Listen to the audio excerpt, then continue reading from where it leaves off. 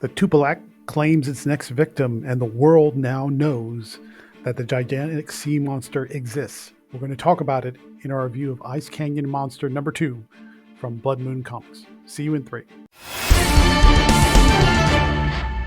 Welcome back to Comical Opinions. This is our review of Ice Canyon Monster number 2 from Blood Moon Comics, and in this issue, Fina goes on a roller coaster of emotions when he receives good news about the monster, but very bad news about his little brother.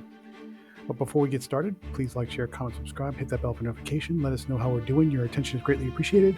And stay tuned to the end for the final score. Let's talk about the credits. Ice Canyon Monster number 2 is written by Keith Rummel.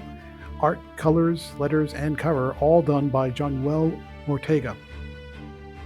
So it's a big job for Mr. Ortega, and he did a decent job on this one as well. Let's recap what happened in the previous issue, which is issue number 1. Fina is part of a group of fishermen out in the sort of Scandinavian regions of Greenland. A shaman who is fearing for the safety of his country and for the surrounding ecosystem decides that there's too much fishing going on. There are too many cargo ships that are spewing off carbon dioxide and all kinds of chemicals in the air, and it's basically destroying the land through ecological means. He casts off a little idol into the water and says a few chants, and that summons what's known to the people of the region as a Tupilaq, which is a sea monster that is meant to destroy the enemy of whoever the summoning person is, in this case a shaman. Fina is part of a fishing crew, deep sea fishing crew, and their ship is attacked by this Tupilaq, which looks like a gigantic octopus or a gigantic squid, and in the course of the attack, Fina is pulled overboard and he survives, but he loses his leg in the process.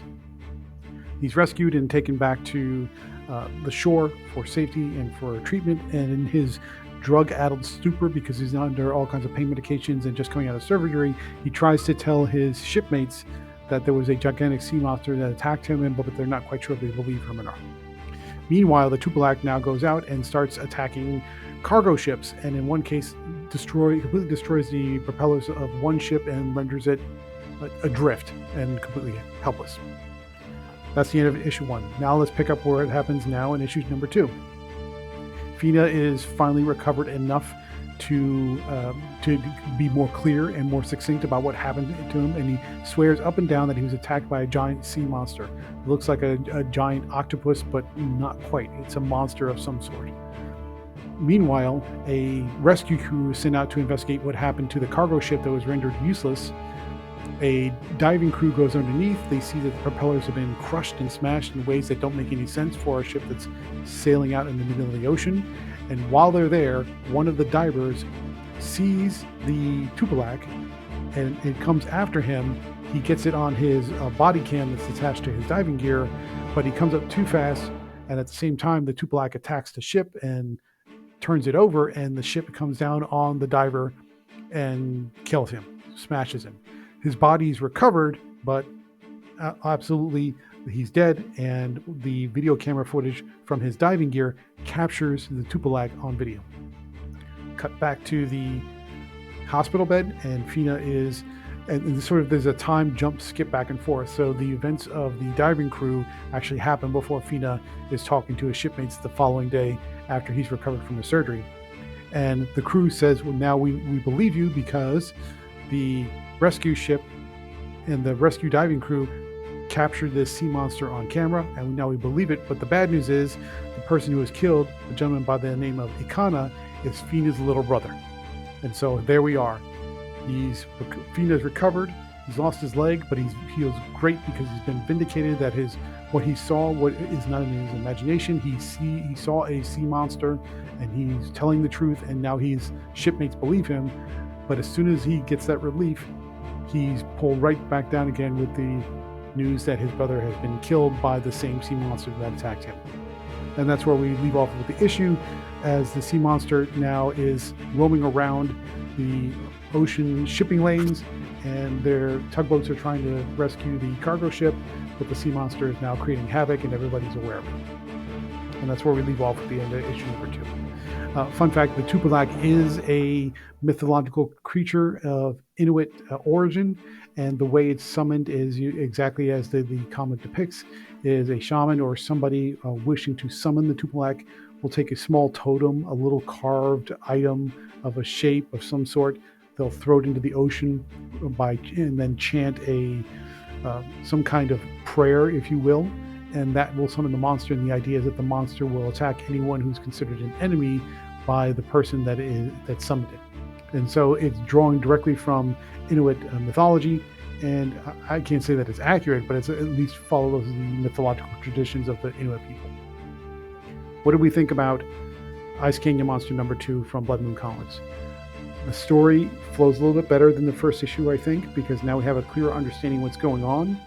The emotional impact to Fina is up and down, which is he's feeling good at one moment and then he's down the next. And so you have this empathetic and sympathetic reaction for Fina, which is good. You want to have an emotional connection to the characters, and that makes a lot of sense. Plus, the monster is doing a lot to attack the ships, and now it's turning into a big deal. The scale and the scope of the Tupilaq's attacks is increasing, growing, and it's becoming more, I would say, epic in scale, but at least significantly larger in scale. So this is a more impactful and more decisive issue than the first issue. And plus, there's an improvement, which we'll talk about in the art. What we didn't like about issue number 2, the way the monster attacks ships and people sort of gives you a strange sense of proportion about how big it is. It seems in one particular panel, it looks like it's about the size of at least half the cargo ship, and then it's the size of the whole cargo ship, and then it's big enough to come out of the water and dwarf the cargo ship and snatch a helicopter out of the sky. So it's not quite clear how big or small the monster is. This is really more of an art critique than anything else. But it would help if the monster's size and proportion got a little bit more clarified, or at least more consistent. When it comes to the writing in the script, the other thing that we're kind of fuzzy or not too great on is some of the dialogue feels a little clunky. There are places where, and we see this in a lot of comics, there are places where people speak naturally. They tend to use conjunction words like I'm instead of I am. And that's just sort of the normal way of people speaking to each other. And so in some of the conversational dialogue, you see a lot of that, a lot of the places where the conjunctions aren't used, and it feels a little stiff, a little robotic. And so the dialogue is clunky in spots. It's a small problem, but it's one that you constantly trip over multiple spots, and it just sort of interrupts the flow a little bit, because people don't normally say I am when they would say I'm, or I'll instead of I will. And you see that a lot, and we see that in a lot of comics all over the place. So it's just not unique to this particular one, but when you see it, that's when you say, it probably would have helped if the writer had spoken the dialogue out loud to make it sound more natural, which it doesn't quite sound natural in this case. What do we think about the art? The art is better, and that's what I'll say. Other than the fact that the Tupilaq's proportions are seem inconsistent in scale from page to page, the one big problem that we had in the first issue is that the monster's eyes looked like big googly eyes. And so you're supposed to be terrified by this monster, you're supposed to be intimidated by this monster, but when you have a monster that's coming at you and has these big googly eyes, it almost seems silly. In this case, the eyes are still big, they're still kind of googly, but more work was put in by Ortega to kind of give a menacing brow and I won't say a frowny face, but just more of an angry or intimidating or more animalistic look to the eyes, which helps a lot better. They're still big, they're still googly, but they're not as comedic, if that's even the word that applies in this case.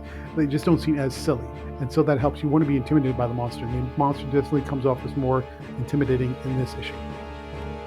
Final thoughts. What do we think about Ice Canyon Monster number 2 from Blood Moon Comics?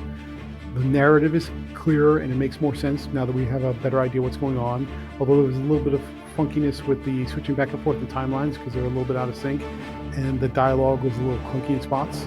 But overall, this is a much better issue than the first issue, and even the art improved because it made the monster look more intimidating, even though the scale and the proportion was a little funky or out of whack. Therefore, we're going to give Ice Canyon Monster number 2 from Blood Moon Comics, a 7.8 out of 10. Hope you enjoyed this review. Please stay tuned through the outro for the next one.